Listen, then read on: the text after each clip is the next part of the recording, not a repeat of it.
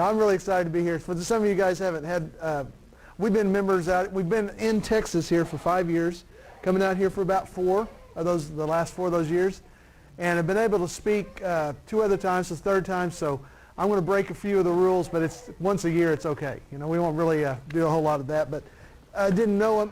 My wife and I were both school teachers, and I don't know if this is there we go. We're both school teachers.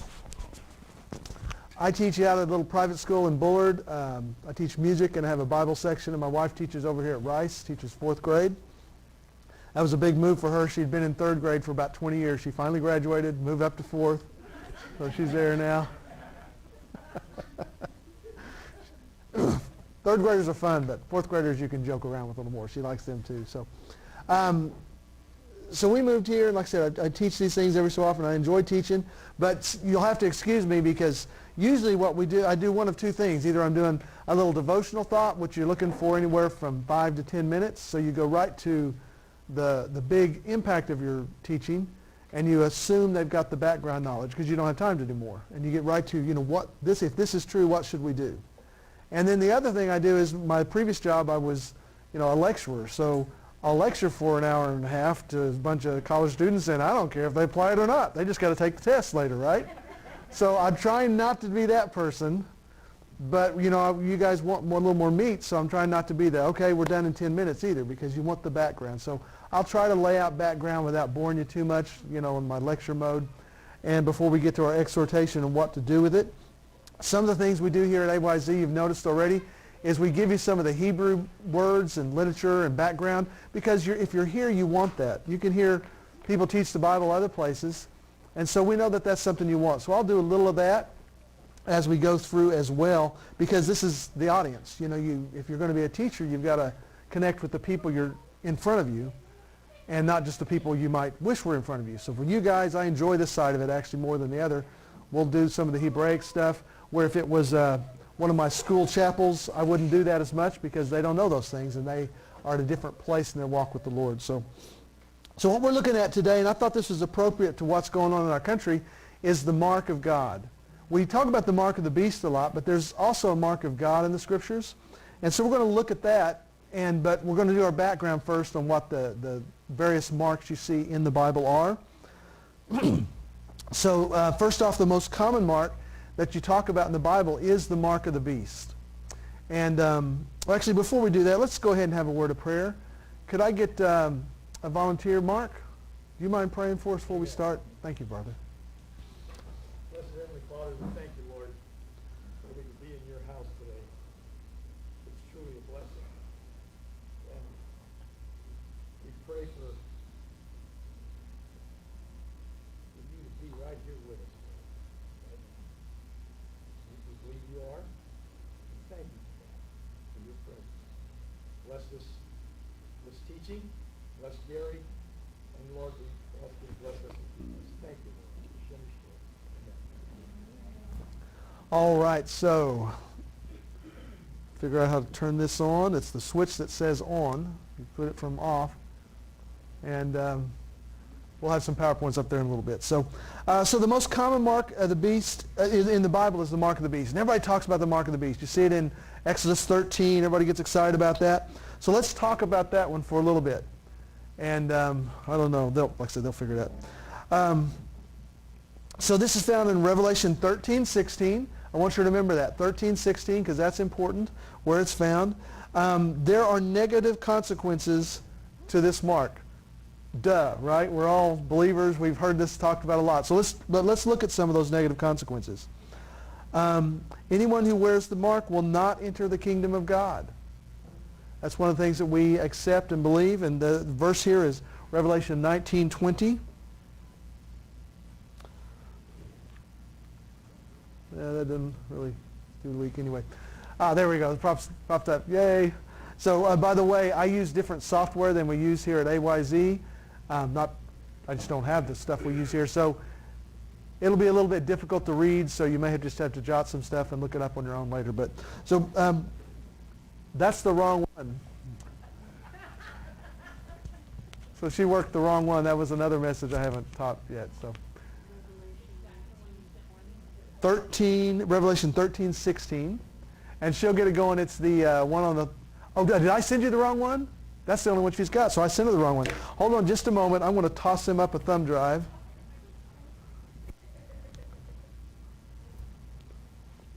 And they'll catch up to us in a moment. Actually, I'll give it to one of these guys to carry up.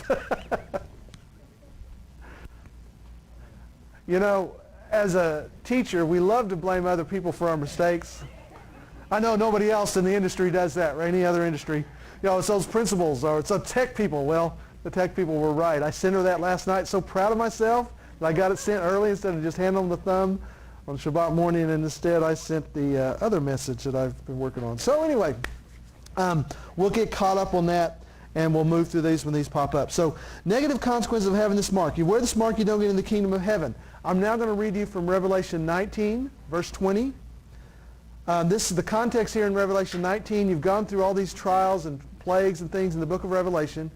Then in about chapter 18, they started praising. We see angels praising God. In 18 and 19, the end of 19, there's this battle. And of course, you know, Yeshua wins. And at the end of this battle, this is what happens. But the beast, and that's the beast we see in Revelation 13:1, we'll talk about him a little later, was taken captive, and with it the false prophet, who in its presence had done miracles. Now the false prophet is the second beast you see in Revelation 13. And again, the calling it false prophet, you see, that's a biblical term. That's not something that people thought of, and you know, because we're always trying to compartmentalize things we read in the Bible to things we understand. But that's how God described it. The first time he appears, he says another beast came out of the nations, out of the land. But later on, every time that beast is referenced, it's called the false prophet. But the beast was taken captive, and with it the false prophet, who in its presence had done miracles, which he had used to deceive those who had received the mark of the beast and those who had worshipped his image. The beast and the false prophet were both thrown alive into the lake of fire that burns with sulfur. And then verse 20 will go on to say that the rest of them were killed. So this is the consequence is if you have this mark, you don't make it to heaven. You get thrown into the lake of fire. And that's more really in verse 21 that I did not read to you. And just as a sidebar, a lot of times as we begin to study the word seriously, by seriously I don't mean to denigrate our brethren in Sunday church, but we tend to study in Sunday church concepts. You know, God loves us. You know, God has an eternal place for us. Sin is bad and has eternal consequences, and not study the details of how it works out. Well, we try to do both. Hopefully we're successful at both. And so one of the details there is when you study the Bible in the New Testament, you'll see that hell is the Greek word Hades. And Hades is really more synonymous with the Hebrew word Sheol, which is, for you guys who aren't all the language people, it's kind of like what Catholics call purgatory, right? A kind of a place you kind of a holding pattern. And so people will say, well, there's not a Christian hell, it doesn't exist. Well, yeah, Christians tend to use the verbiage wrong. But this lake of fire sure does sound like what they describe, right? So the verbiage is incorrect, but the concept that you'll spend eternity in a place where it's hot, not like East Texas, but really hot, is correct. So that's a sidebar. But so keep that in mind. So we're moving on. So this means that it's more than a physical mark. All right, there we go. Negative consequences.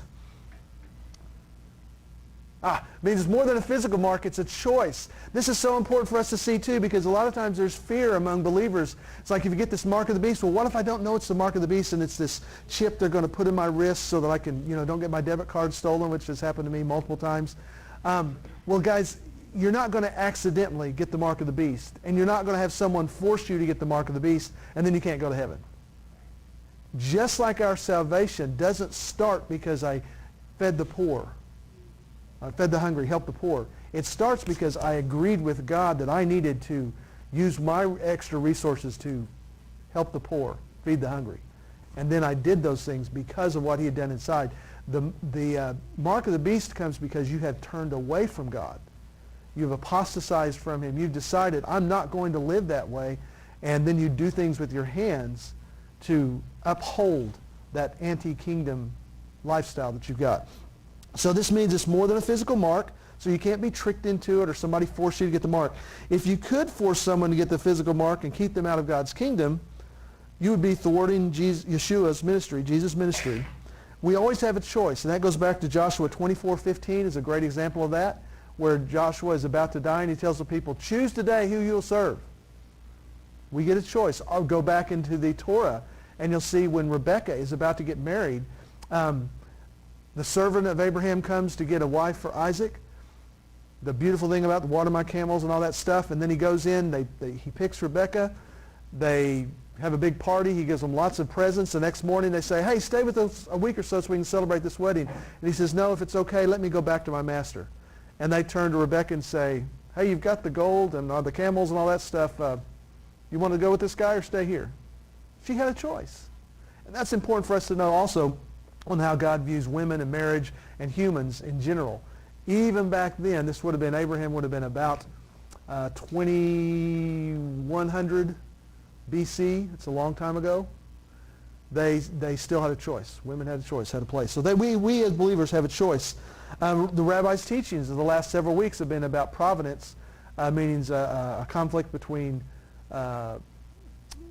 predestination is what Christians usually call it, and free will, is that, one of the reasons that God didn't dwell with Adam and Eve in the garden all the time was because his very presence makes it really hard to say no. Trust me as a teacher, my kids don't throw spitballs while I'm looking at them. Now, Mark might throw a spitball right now because I'm not looking at him, so if he was a student, I'd have to look over here real quick. But and he's thinking, hey, that's not a bad idea. So when you're in the presence of God, it's hard to disagree, and so he leaves and just visits in the evenings because he wants a people that choose to be his. You don't just want somebody that didn't have a choice. So anyway, he does that, and so that's been something that Rabbi's been teaching about in the last several weeks. So there must be an action or a mindset, a worldview that accompanies this mark. Just as our salvation springs from an eternal spiritual decision, so too does the beast mark. The mark of the beast does. See if I can figure out how to work the technology here. I hit one of these buttons. I did it. Yes. So, and I know the machine's over there, the screen's here. I teach, by the way, I mentioned I teach Bible, which is, a 2,000-plus-year-old book, and I teach orchestra. Now, I'm a jazz guy, I really love that, but it's a 500-year-old instrument, the violin, okay? So give me a break with technology. Let's see. So one of the other things we know about the mark, and this is common knowledge, we won't talk very much about it, is that people need the mark to buy and sell, at least in the government area where the beast is in charge of. And so that's Revelation 13:16 as well.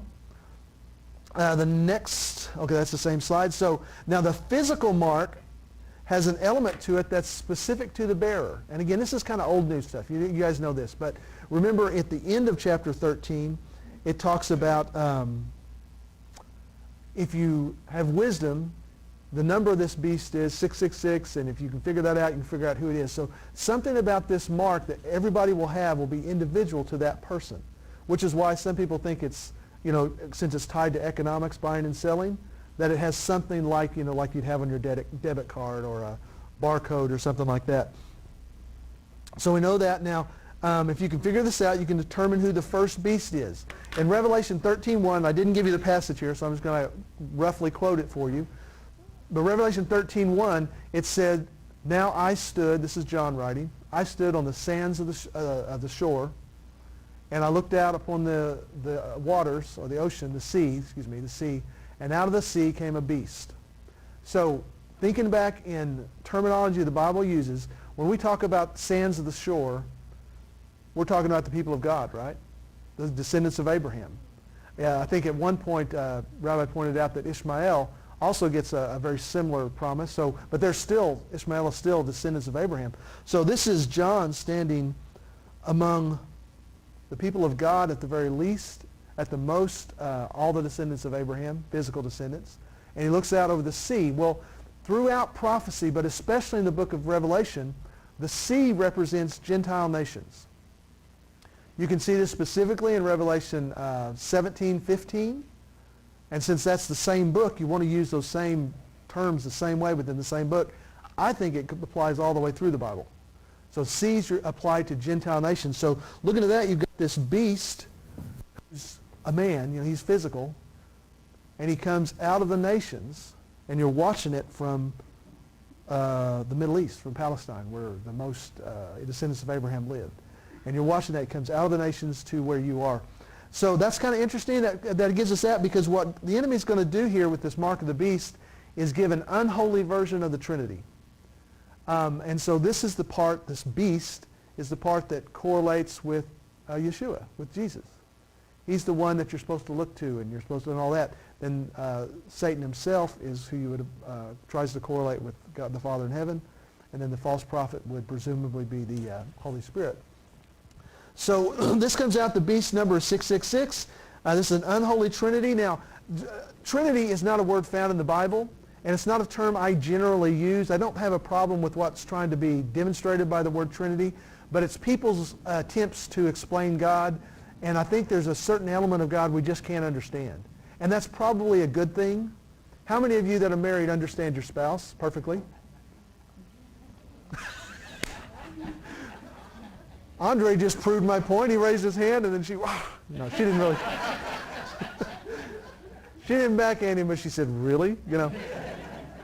So if we can't understand our spouse with whom we spend years and we pick, do we really want a God that we can 100% understand? That's the problem I run into most often with believers who are really smart. You know, I'm average. You know, I've got a couple of Bible degrees, I have college degrees, but I'm not super smart. You guys talk to me for a while, you know that.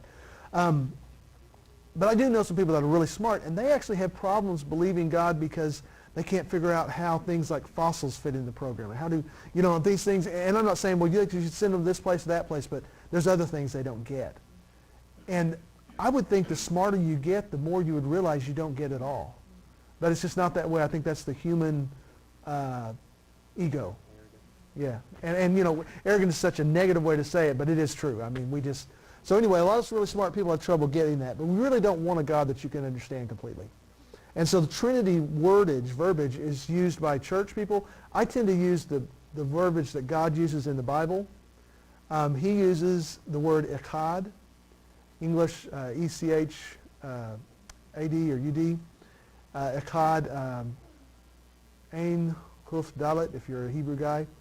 And he could have used yichad with a yod in front, a Y sound. That's, yichad is a singular one. There is one remote to change these slides, yichad. We are one nation under God, echad. It can be a unity, plural one, a plural singular, or it can be a singular one at once. You can use it both ways.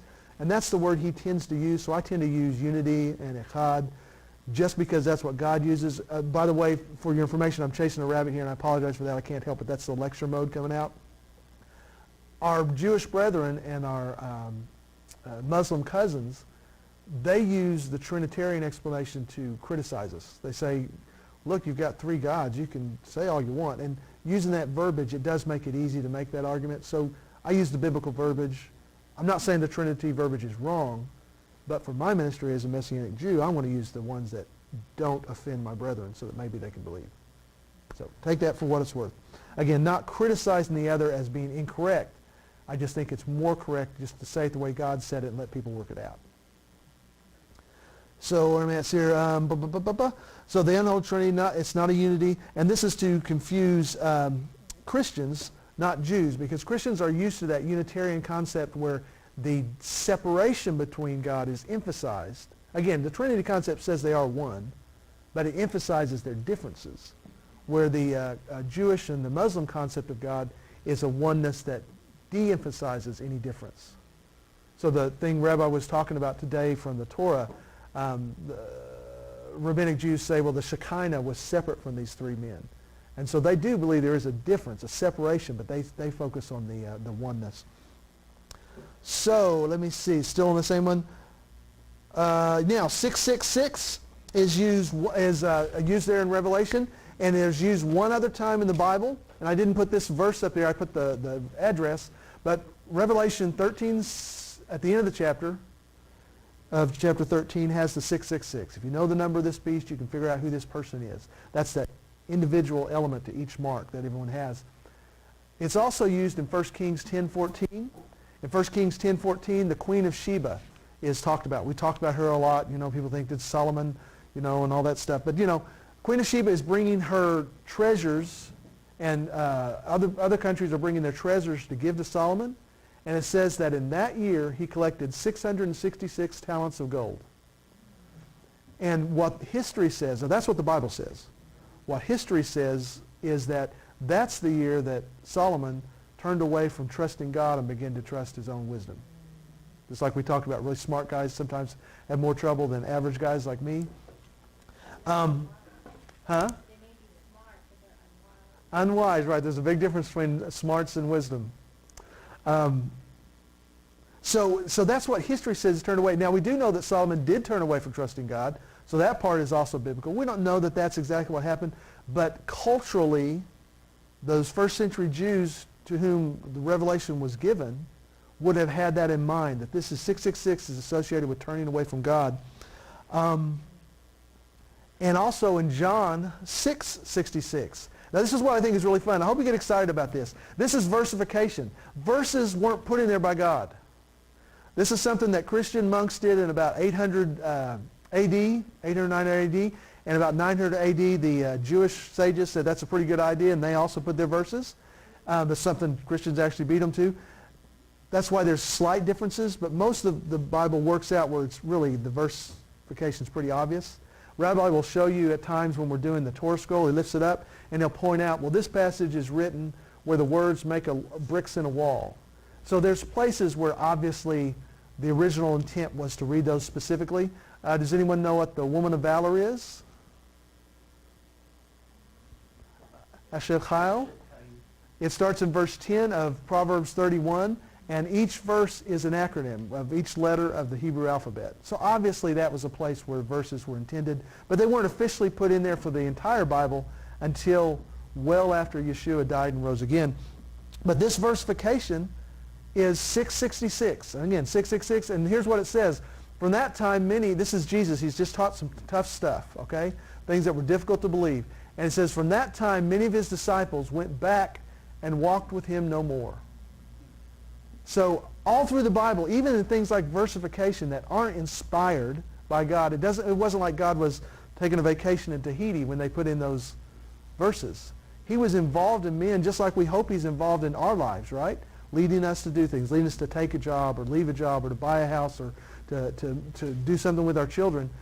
So he was leading those guys to versify that chapter. So we came up where 666 gives us that exact definition of turning away, apostatizing from God, which is what Solomon did in 1 Kings 10:14, and what these people in the Revelation, future people, will do when they receive the mark of the beast, is turning away from God.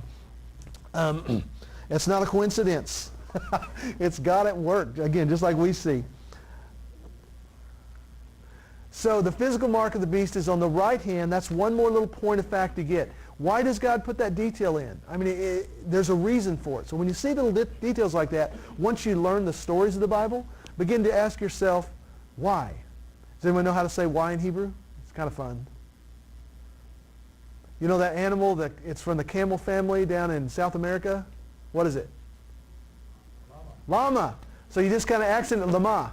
Llama. That means why. So now you guys know Hebrew. You're fluent. You're fluent.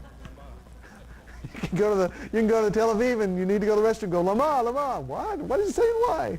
So. So anyway, so that's lama. Why did they put that in there? So this is important because it's going to contrast with the Jewish mark of God. Because remember, this was contextually given to a Jewish, first century Jewish religious audience. So let's see, where am I at? So the mark of the beast is on the right hand and or the forehead. So the summary of the mark of the beast is that it keeps you out of heaven. There's a physical element that's individual and it's right-handed.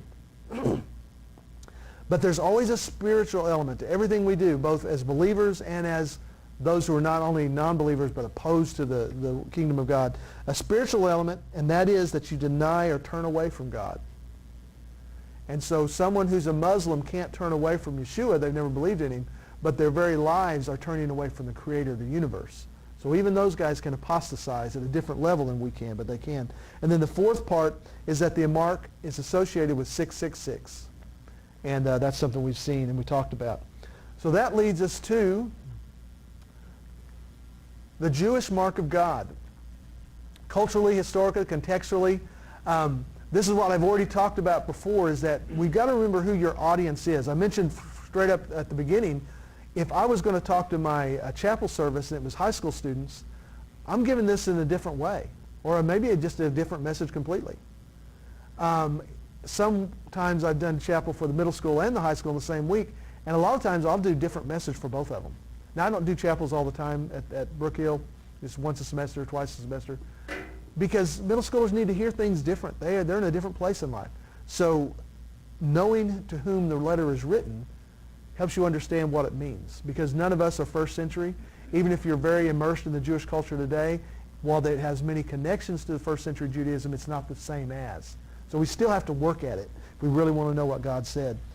Knowing what God said then will help us understand what he means for it today. So calling this the Jewish mark of God is not a negative. It's the Jewish part is just an adjective to describe what we're looking at. Let's see. Now this, in the Jewish world, the mark of God is a thing called tefillin. Tefillin are those little boxes you see pictures of with the Jewish gentlemen that are very observant will be wearing. And they've got three little packets inside them with some verses that are handwritten by a scribe. And you put them on a certain way. I'm not going to put them all on, but you would put this on. Get the little tails over here. And then you'd have one that you'd wrap around your arm, and you wrap it around a certain way. And you would say the little prayer that we do when we put on our talit, Baruch atah Adonai Eloheinu melech ha'olam, asher, skip to a different one. Baruch atah Adonai Eloheinu melech ha'olam, help me out.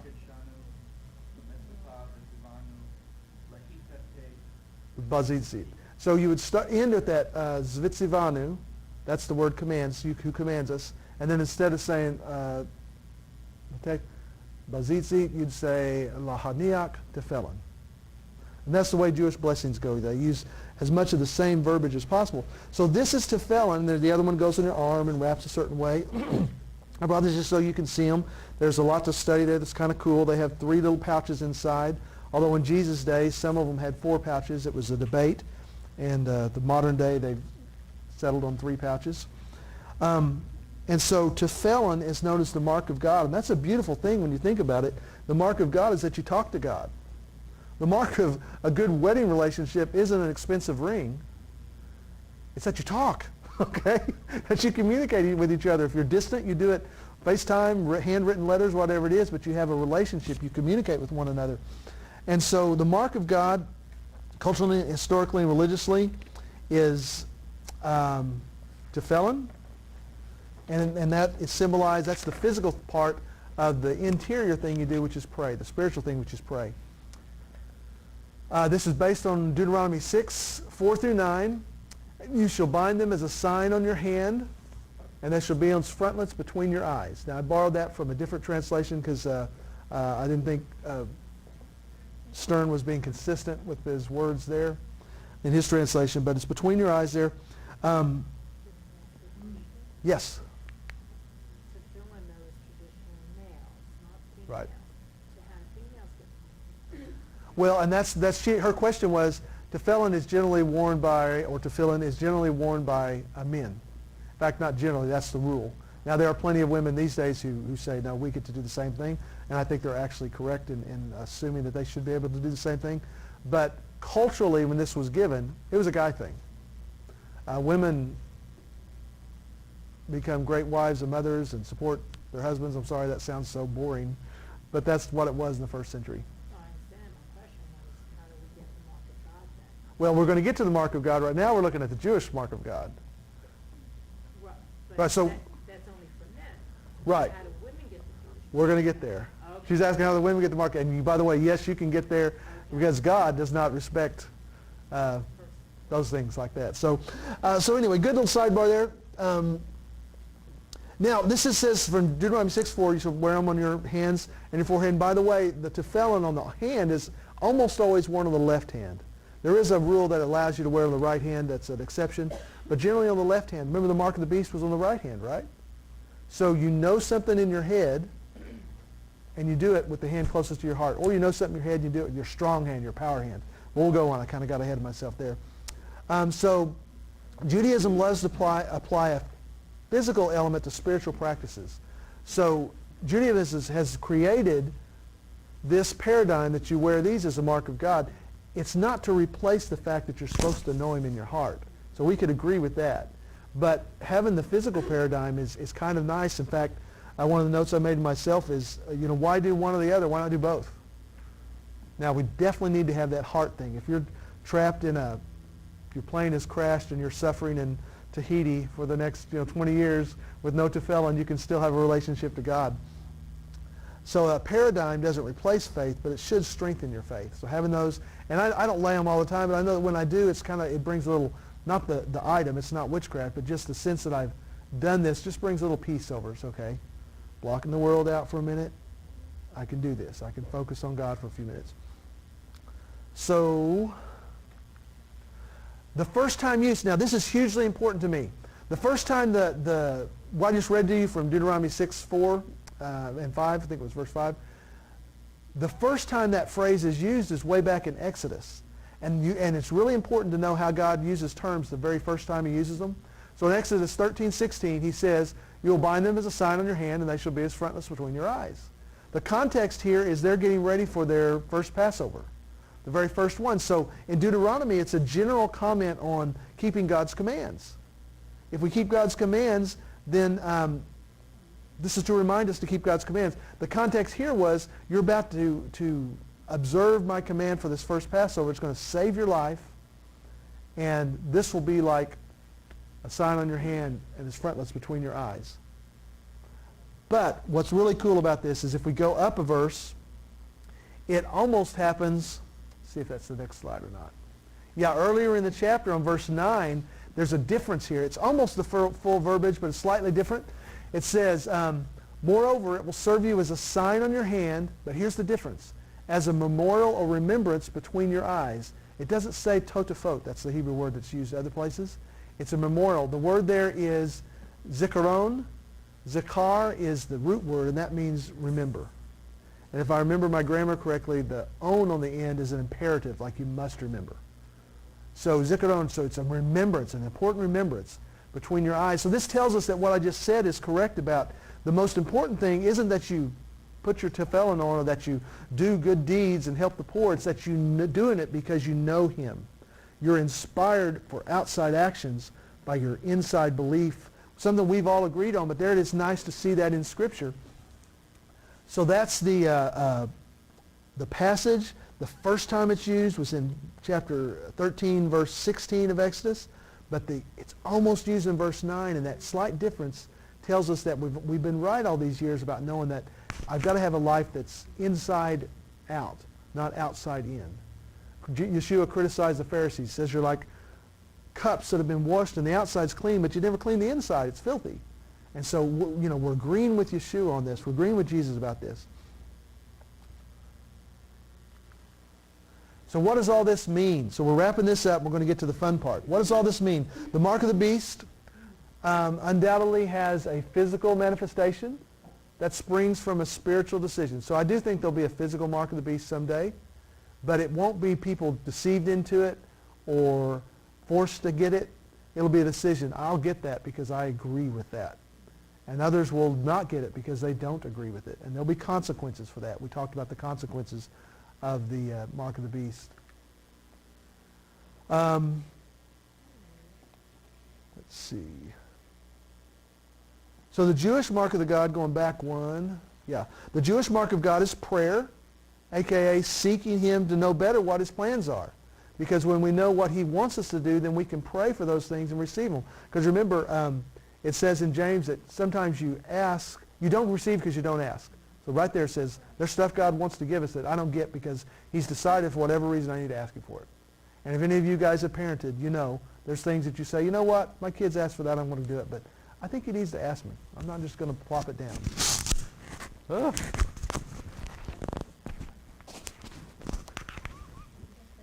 Technology again.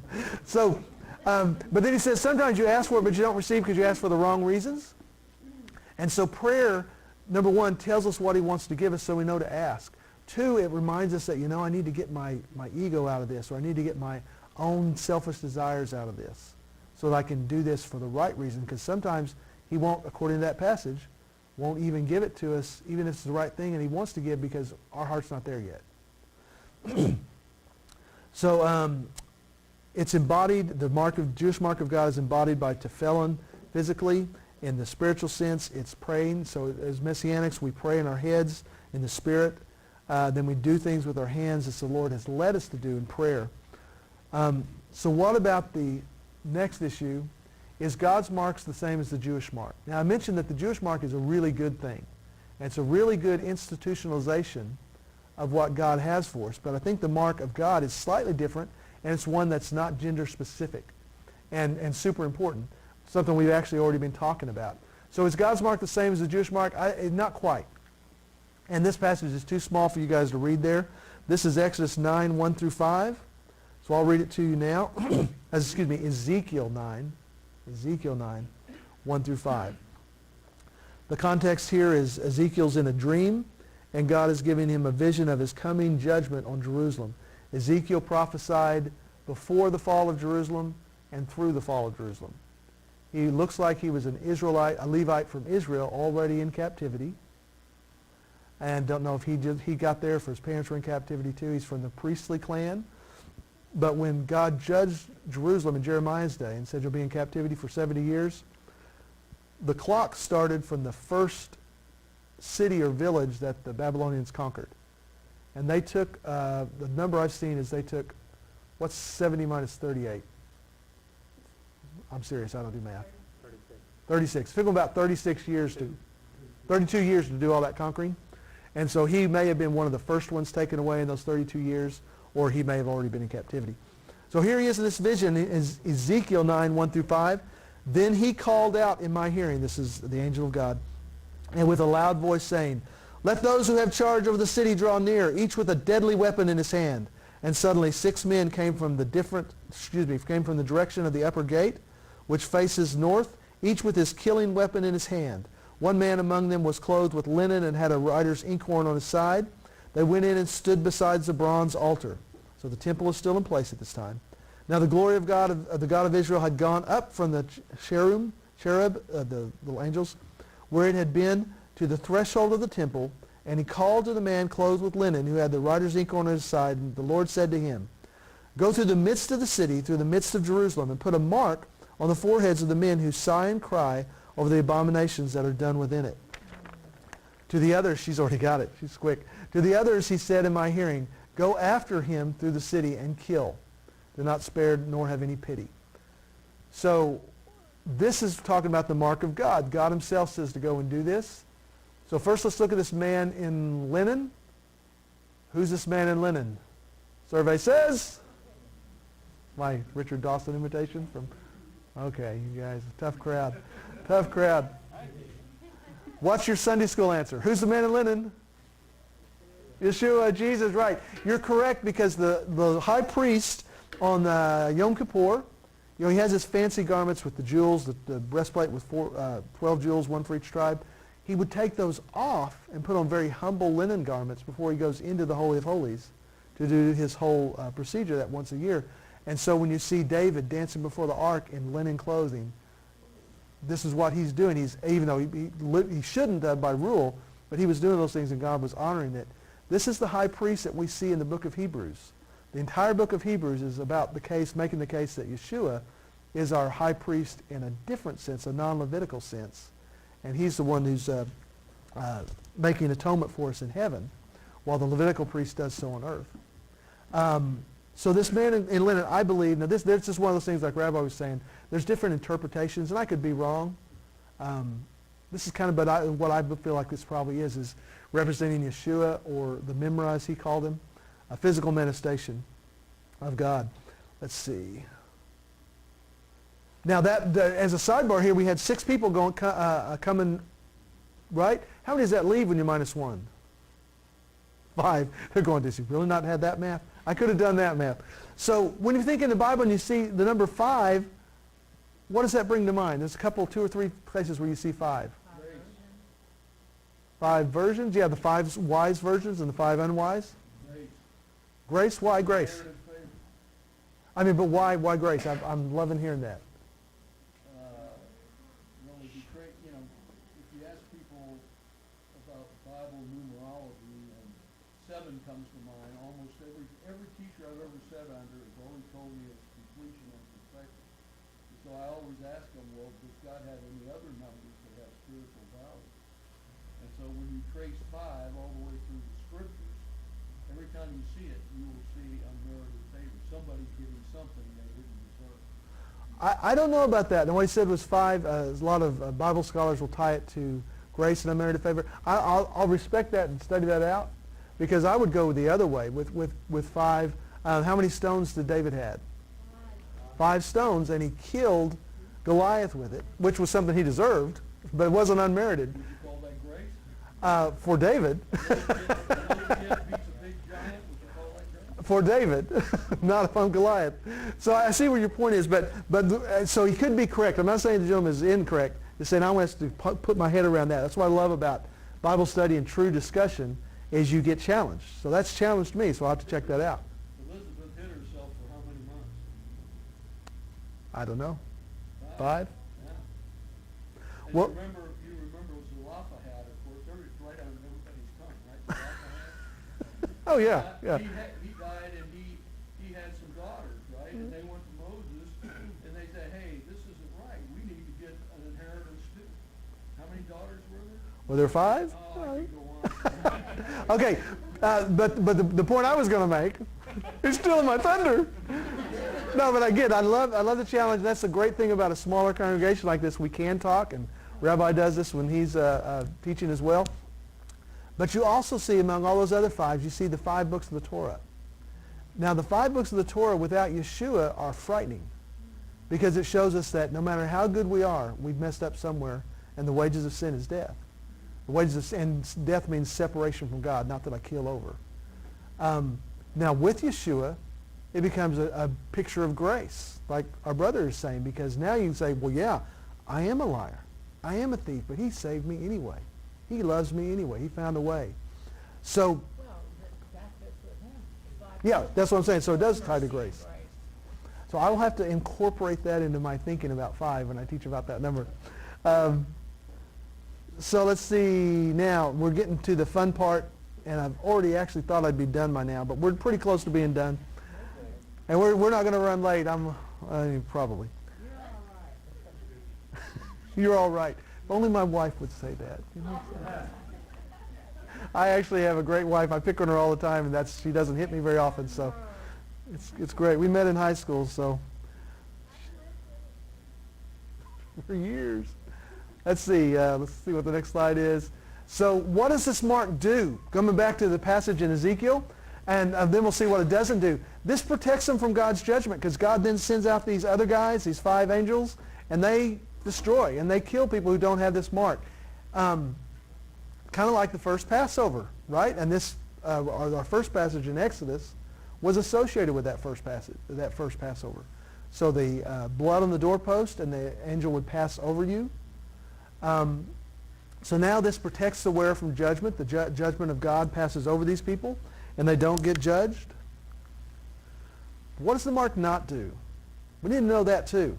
Does it say anything about protecting these people from the unrighteous people out there? So when we're looking at the mark of God in our life, and the potential for us to be entering the last days, and again, if they may not happen while I'm still alive, but we're a heck of a lot closer than we were 20 years ago, even if they don't happen in our lifetimes. And it looks like it really could happen sometimes in our lifetime, and I'm one of those guys that is slow to say stuff like that. Again, I could be wrong, but the mark of God, having that mark of God is something that we all need to have. We all need to seek, and we can all have it, and it will protect us from God's judgments, because just like God's judged the people in Egypt, he judged the Egyptians, not the Israelites. They were protected. They still suffered from the Egyptians, though, didn't they? Oh, well, then go make your bricks without your straw. You get your own straw. So they had to work twice as hard, because the unrighteous imposed on them. So this mark doesn't save you from the unrighteous.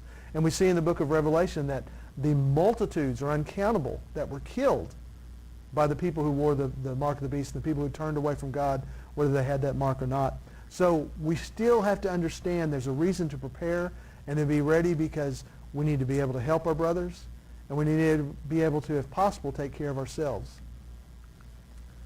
Do we know what this mark is, what it looks like? We do. Now, on the bottom of that slide, you'll see this little Hebrew letters. That's the letters T, Tav, and V.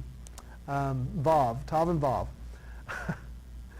I was looking at this passage months ago going, oh, this mark, I need to figure out what this is, and I'm sounding it out. I've got that T, I'm going, and then a Vav. Okay, Vav at the end of a word is usually a pronoun. It means his. Okay, so it's his T. I mean, what is Tav? Because there are, like the Lamed, that's the L letter in Hebrew, can be a standalone, and then have a suffix that means it means something. So I'm thinking, what does Tav mean by itself? What does the Tav mean by itself? Then I figured out, well, maybe I should just sound it out. So I put the vowel into it and sounded it out, and I said, Tav. It's just the name of the letter, Tav. Just like if you wrote the word B, like the letter B, you write B-E-E or whatever you want to spell it. So it's just the letter Tav. So this is what's so cool. What do we do? We know what this mark looks like? Yeah, it's a Tav. He puts a Tav on their head. Now here's what's really cool about this. We said Ezekiel was before the Babylonian captivity, or parallel with them going into captivity, right? The Hebrew letters we use today come from Babylon. The block script is a Babylonian script. The original biblical Hebrew is a first cousin, and some believe even the originator of the Phoenician script. Do you know what the T, the last letter in the Hebrew alphabet, the Tav, what it looks like in Paleo-Hebrew? It's a cross, guys. It's a straight-up cross. Now, later on, it begins to be a tilted cross. And then in the modern Hebrew, it's that letter you see on your right. So the mark of the cross was put on these people. Now, when we say stuff like that, we think we're going all Sunday church, and we get a little antsy because in some places, the Sunday church has kind of almost made the cross an idol. And by an idol, I do mean literally an icon, not to worship a pagan deity, but to worship the God in heaven. Now, God made pretty clear, don't make icons and worship me through those icons. And that's a discussion you can have with Rabbi. I think he'll back me up with that 100%. So he doesn't want us to use icons because every icon in some sense limits us. If we make him like a bear, that's very strong. But bears don't swim near as good as a whale. Okay, we'll make him like a whale. They're big and they swim, yeah, but they die on land. Well, you see what I'm saying? No matter how you personify him, you lessen him somehow. So he doesn't like icons. So the cross has become a bit of an icon. And we don't like that. It's also become jewelry in a non-religious sense. Madonna used to wear crosses all the time, and she was not a godly woman. So if you just laugh like that's, yeah, you had to say that out loud. Yes, I mean, just in case someone didn't know. But do know that that's the enemy stealing something of God's. Who had it first? Almighty God did. And so they've stolen that. So we need to get it back and use it the way God intended. So that mark is the mark of the cross, and just as the physical mark of God. We're going to see in the next slide what the important interior mark of God is. Yes, ma'am?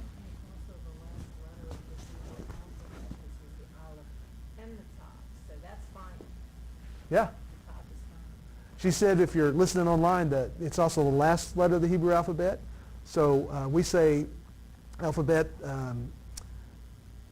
and the first letter is Aleph. So in Revelation 1 where it says I'm the first and the last, in Greek we say Alpha and Omega. In Hebrew he would have said Aleph and the Tav. And so that two together, there's some Paleo-Hebrew stuff that's really cool with that. We're not going to go into that today. I'm not really a Paleo-Hebrew guy, so I don't want to get stumped again. We used to call that stump the chump, right? So now, before we move on to this next slide, as we just talked about the sign of the cross, and again, some of us love that because it reminds us that we weren't all wrong. Everything we learned growing up wasn't all wrong, but some of us are very uncomfortable with that because it's just a little too churchy. But let's remind ourselves, there's one, again, I may be wrong on this, but there's one thing I can think of in heaven that's man-made. Everything else passes away. This body, as cute as I look, will pass away, the corruptible for the incorruptible. I'll get another one that works better. What's the one thing in heaven that people made? The scars. Jesus' scars on his hands, on his feet, the scar on his side, we know that those are still there in heaven. So the things that get to heaven are the things that we did to him. So it's okay for us to embrace the sign of the cross as long as we don't make it idolatry. And that tav, it doesn't say he put a mark on their heads. It says he put a tav on their heads. He put a cross on their forehead. This was before the cross had any meaning to them. But it's not an accident. God wasn't surprised when the church adopted what we think of as a cross, what he calls a tav, thousands of years later. Not a surprise. He knew that was going to happen. Especially amazing when you think that the Greek word there was stavros, which is stake, which is a single pole. Yet the church has always had the cross. So anyway, important to remember. So the only man-made thing in heaven is the scars that we put on Yeshua for our sins. The spiritual mark. This is the most important. The thief on the cross didn't get to go out and testify and win people to the Lord. He didn't get to go out and help people who were hungry, but he did get to speak up for Yeshua. He had an action. He believed in his heart Yeshua didn't deserve to be there, and he said so, and that was enough. So what is the spiritual mark of God? Ezekiel 9:4. I'll go back and just read that passage, that part of the passage. It says, the Lord said to this guy in the linen garments, "Go through the midst of the city, through the midst of Jerusalem, put a mark on the foreheads of the men who sigh and cry," in this translation, "over all the abominations that are done within it." So the sigh and cry is what God looks for his people. He's looking to see if this is the final days and he's going to send his judgment, who should I spare? She's upset about the way her world is. He's upset about the way. He's not. She's not. So we want to be those people who are upset about the world. And that's more than being upset about how the public schools are doing, or even as important as it is, the elections. It's about being upset by things like, why can't I watch a sitcom anymore where they're not living together before they're married? Wow, I have to not turn on and watch those old Seinfeld reruns. Right? And that's where we fall down, folks, as believers. We speak truth. We say, we need to not do that. But then we live the lie when we go ahead and watch stuff like that. We go ahead and go to a movie, and, well, it doesn't have a lot of cussing. Oh, it's mainly an action flick. Yeah, but they're doing married stuff without being married. They're got spewing all kinds of bad things from their mouths. We need to not do that. And I was speaking a sidebar on those action flicks. I was in the Marine Corps, and trust me, bad as those guys were, they never cuss like they do on TV. They never did. So it's not like those things aren't reality. So the sigh and cry is the thing that we need to do, and to do it for real, and not just say the right words, but then fall into the category of those Jews who were conquered by the Babylonians and taken into captivity. Because they did half of it. They said, yeah, God's right. We'll go into captivity. We'll build houses and plant vineyards. But they didn't get rid of everything so that God could have spared them. So there it is, that verse. I guess I did have a slide on it. I apologize. So where does the judgment begin? I think this is important too for us as believers. He begins the judgment. This is verse 6 and 7. I didn't read those before, so this is Ezekiel 9, 6 and 7. "Utterly slay the old and the young men, maidens, little children, the women, but do not come near anyone on whom is the mark," there's that protection, "and begin at my sanctuary." So the judgment will start with the people who know better. His judgment then, he said, start at the sanctuary. And then it says, they start at the sanctuary, the elders first. Now, elders doesn't always mean aged. It means, like you were saying, wise. Can be different ages, but more than half of us in this room would qualify as elders. I've got the gray beard, so that would be me, just age-wise. So he started with the elders. They should know better. And then they worked outward. Now, do understand that most of what God will judge this world for is natural revelation. Paul deals with that in Romans 1 and 2. He says there that the natural man can look at the world and know that there's a God. I don't have to judge him that he didn't know there was a Sabbath, because you need special revelations to know that. I can judge him because he didn't honor that there's a God. And he will judge him for that. So this goes out from there for the people who should have known. So the summary is, be truly distressed. And this is what I could have done, is like the devotional thought, we would have started with those verses in Ezekiel and not giving all that background with the mark of God, but I think that's interesting, the Jewish mark of God, and especially as a Messianic congregation, to understand what that is.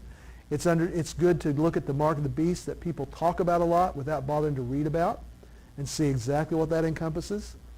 And there's more we could teach on that. You saw the versification things. Exodus 13:16 was the first time that appears. And Revelation 13:16 is when the mark of the beast appears. The mark of God versus the mark of the beast. Isn't it interesting? The book of Revelation is a book about God saving his people as he judges the world. And the book of Exodus is about God saving his people as he judges the world. And the word that lived in a country called Egypt. Do you know what the root word of Egypt means in Hebrew, Mitzrayim? It means distress. So they're in a country called distresses. The im on the end is plural, tribulations. And God, the book of Exodus is about saving God's people from a country called tribulations. And we get that mark of God. And then later on we're going to see those same plagues in the book of Revelation where God is saving his people from a worldwide tribulation, a worldwide Egypt. So really fascinating, the versification connections there. Practice the Jewish mark. That means pray. So you know what God wants to do. And you practice that with the Tav, the God's mark, the Tav, the cross, because you rely on Yeshua as your Savior and your enabler, and this Holy Spirit he sends to talk to you and illuminate your walk with you. And then know the limits of God's supernatural provision. I barely touched on that, but that's why I'm not a hardcore prepper, but I've got some stuff stocked away. I'm a gun guy. I've got some food and stuff, but it's not so I can run and hide. It's so I can help my brothers and not be an easy victim if it happens in our day, and let's pray it doesn't. And then the last one is a little more of my application rather than the scriptures. That's to burn brightly. It's easy for us to have our flame be small, like that Sabbath light you light, that little candle on Friday night at sundown. But we need to burn bright in this time more than others. One of the things that I was heartened about in this recent election was so many people finally getting off the fence and saying, regardless of which guy you vote for, here's some issues, here's some things. Human life is valuable. We need to support human life. We need to support things like consequences for your actions, because we have consequences for sin. People need to get used to. You do something, you get a result. You sow the wind, you reap the whirlwind. And get off the fence and trying to keep everybody happy and speak up for those things. So burn brightly for Messiah. And it's, again, easy for us in this room. So many of us are older. I'm one of the younger. I'm 57. I know I don't look a day over 67, but I'm 57. It's easy for us to go, they don't listen to me. And they don't. I mean, people don't call like they did when I was 27 saying, hey, would you come do music at our church or do this over here? Because I'm not that young guy. He's going to change the congregation anymore. But you know what? Moses was 80 years old. Most of us aren't 80 yet in this room. And that's when he started leading the children of Israel. Say, well, that's just Moses. He's special. Caleb was 80 years old when they go into the Promised Land. Remember, he was that generation with Joshua that was younger than Moses. Going to the Promised Land, and he says he was promised something special. So did Joshua talk to him and says, hey, you ready to get it? He says, here's my mountain. He had a mountain. 80 years old, and he said, I'll take it. Oh, I don't need your armies. No, just me and my clan. We'll take it. This is our place. And he did at 80 years old. Moses 1:20 says, look, God's taking me home. I'm still strong. Now, maybe he was just bragging. But I'm going to go ahead and trust that he was telling the truth, that he really was strong. He says, but you know what? He's going to take me home. I'm going to go home. But I'm still strong at 1:20. He wanted to go in and finish the job. I want to finish us, and we're going to go into this, some songs after this. And this is a song that I really like, and it speaks to me about what we need to do as believers to get to that place where we sigh and cry for the things of God that are missing. As you go back to Adam, and I talked about this the last time I spoke here, Adam was kicked out of the garden, and he deserved it. He did the deed. But we think of him as one of our, not a patriarch, but one of our fathers. One of the big fathers. And I can see him trying to get as close to the Garden of Eden as he could, especially in the evening, because that's when he knew God would walk there. And he couldn't get in because of the cherubim that kept him out. But it does say in Genesis, see if I got my verses here, chapter 2, verse 10 through 14, just those verses just out of nowhere, out of the blue, talk about these rivers that flow out of the Garden of Eden. And so what our history says, not our Bible, but our history, so it could be wrong, says that in the evenings he would go and bathe in those rivers. So that, and I'll try to get emotional here, but he could feel that river that came out of the garden. And one of the verses in there talks about aromatic. He could smell the garden. A leaf that fell off a tree he could feel, he could touch. And he knew that just the other side of that barrier was God Almighty, that he used to be able to walk with and talk with. He had lost that. And just like when you lose someone you love, sometimes you'll go in their room and just look at their stuff or pick up an old blouse and just kind of smell it. Oh, that's the person. Get as close as you can. So this song is about, uses that line, wash me in your river, one more time. It's a song I actually learned here at the congregation. It's not a new song, but I hadn't heard it before we got here. So we've got the words up there, and my crew up there will take over changing the slides. And sing with me if you can. And I'll do my best. I haven't sung this for people before, but I do really, really like the song. And the message it gives is, wash me in that river one more time so I can get close to you. And the one more time is important because this life is rarely straight. It's usually oops, oops, oops.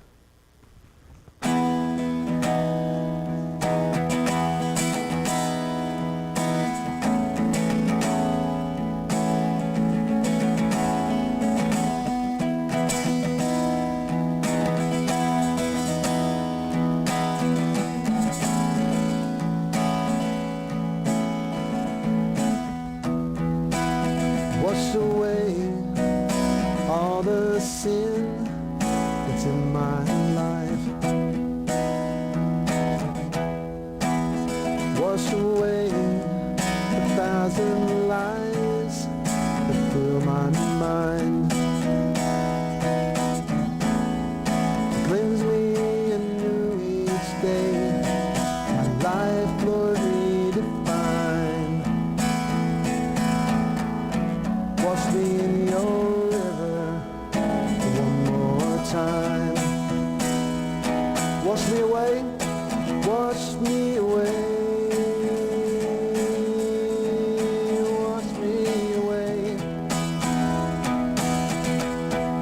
Wash me away. Wash me away. Wash me away. Until only you remain. Wash me away.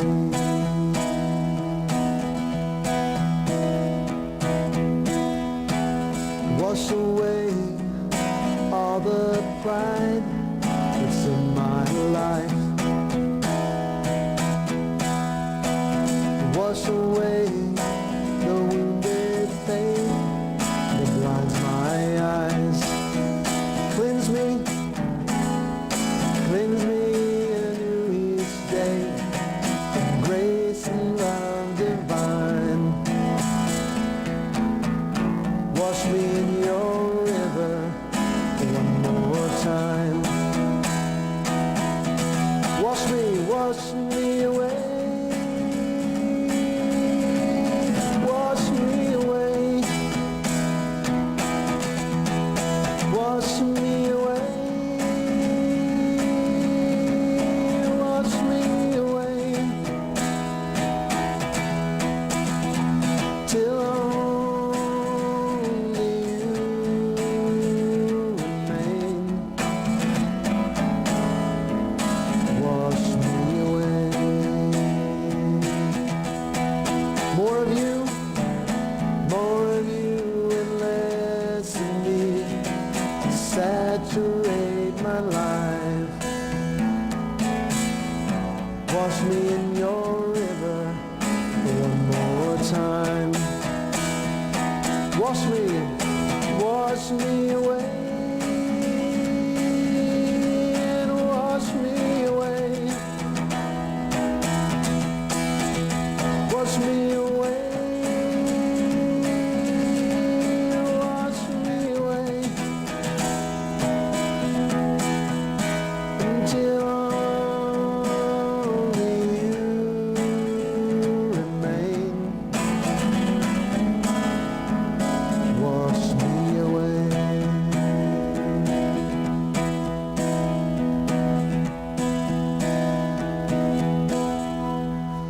We thank you, Father, for today. We thank you for your holy word and a chance to meet together. And we do ask that you somehow purify us from what our culture, if we've allowed it to do, and what's done to us, that we could be worthy of the calling you've given us, that we could be holy vessels, that we could receive that mark, and not just for the protection. We know that you didn't protect yourself. You didn't protect your apostles. But we know that you did protect Elijah and the people in the wilderness. We just want that protection, that mark, so that we can be close to you because of what it symbolizes, that we're thinking the way you think, that our minds are saddened by what saddens you, and made glad by the things that make you glad. We ask that you would make us that people. In your name we pray. B'Shem Yeshua HaMashiach. Amen, amen. The Lord bless you and keep you. The Lord make his face shine on you and be gracious to you. The Lord lift up his countenance upon you and give you peace.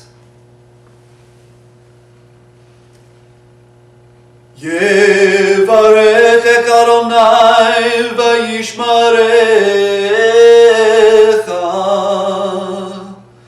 Yair Adonai panav alecha v'yichunecha. Isa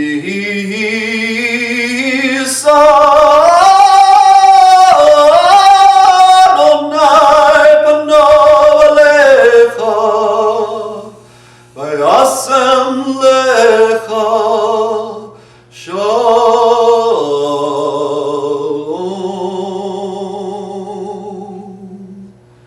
B'shem Yeshua Mishikenu Adonenu Tzidkenu Yeshuatenu Sar Shalom. In the name of Yeshua, our Messiah, our Lord, our righteousness, our salvation, the Prince of Peace. Amen.